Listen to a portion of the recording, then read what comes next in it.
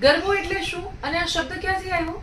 વેલ, નવરાત્રીના 9 દિવસ છે ને, સોરા દરેક પોતાના ઘરમાં ગરબાની સ્થાપના કરે, જેમાં માતાજીનો વાસ થાય. આ ગરબો શબ્દ આવ્યો છે એકચ્યુઅલી ગર્ભમાંથી. જેમ ગર્ભની અંદર, માતાના ગર્ભની અંદર એક નાના જીવનો સંચાર થાય છે, એ રીતે ગરબાની અંદર એક દીવા સ્વરૂપે માતાનો સંચાર થાય છે. બેઝિકલી આખું વિશ્વ ત્યાંથી ઉત્પન્ન થયું છે એવું દર્શાવવાની આ એક નાની અમથી રીત છે. અને એ માતાના સ્વરૂપે આવેલા ગરબાની આપણે પૂજા કરીએ છીએ.